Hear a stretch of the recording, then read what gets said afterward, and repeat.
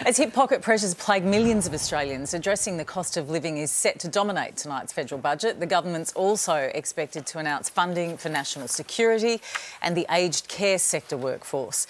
Network 10 political editor Peter Van Onselen joins us live from Canberra. PVO, it's billed as a cost of living budget. How many times have we heard that phrase in the past few weeks? What can Aussies with their own tight budgets expect here?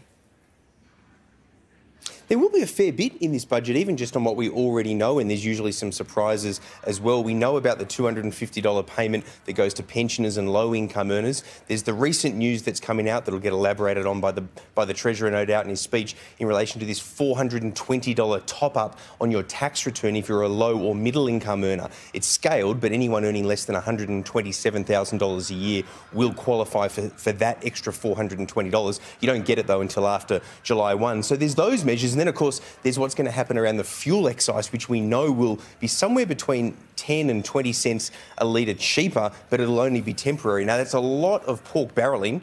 There might be an election around the corner. Is this a gamble on petrol stations passing on the cart and global prices not rising further? Yeah, look, it is. The NRMA, they don't think that it'll all get passed on, and the mechanisms of exactly how the government forces people to do it, even if they work, they're going to be slow. So it might not be fast enough to have a political effect, much less what it's supposed to be all about, which is people's cost of living struggling with these petrol prices, as well as all manner of other issues that are happening with higher inflation. And PVO, it looks like it also might be a bit of a budget for the battlefield. We're nearing, nearly $50 billion a year on defence. And also it seems that we're going to position ourselves for war on the web.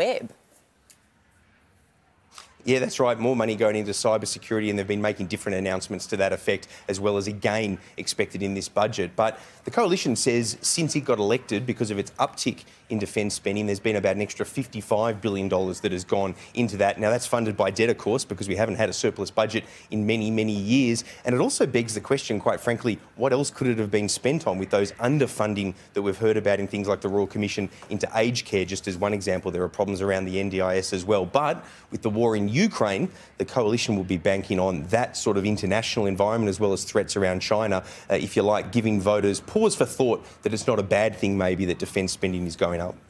The government's expecting the lowest unemployment rate in almost 50 years. Labor says that glosses over the effects of the gig economy and a casualised workforce. Who's right? I'm with Labor on this one. I mean, the Coalition's technically right. It is a 4% unemployment rate, which is the lowest since 2008. And as you say, it's expected to go lower, which would be the lowest in 50 years if it goes down by another couple of, less than 1%, a 0.1 or 0.2 further reduction. But Labor is right. The reason unemployment is so low is because underemployment is too high. People want to work harder, but they can't find more work. The casualisation of the workforce, things like Uber, for example, and Uber Eats and all the rest of it. Fewer people are in full-time jobs, and that's the biggest problem, and that's underemployment. To say unemployment's down might be a fact, but it misses the point. PVO, any truth to the rumour that wine will be taxed less? I'm asking for a friend. You've always struck me as more of a beer man. They say that beer's going to go down as well, but I'm not sure that that will ultimately happen. There are different rumours. We'll find out as soon as the Treasurer stands up, of course, but there are rumours that the government are worried, certainly that if they reduce beer prices, it might be seen as too blokey. Wine, though, the spirits and wine lobby, they seem to have the ear of government a little bit more. I think if you are a bit of a Chardonnay guy, Pete, that's going to happen for you. That makes that friend very happy. Thanks, PVO. See you guys. Duty-free, look out. Very soon. She's coming. Anyway.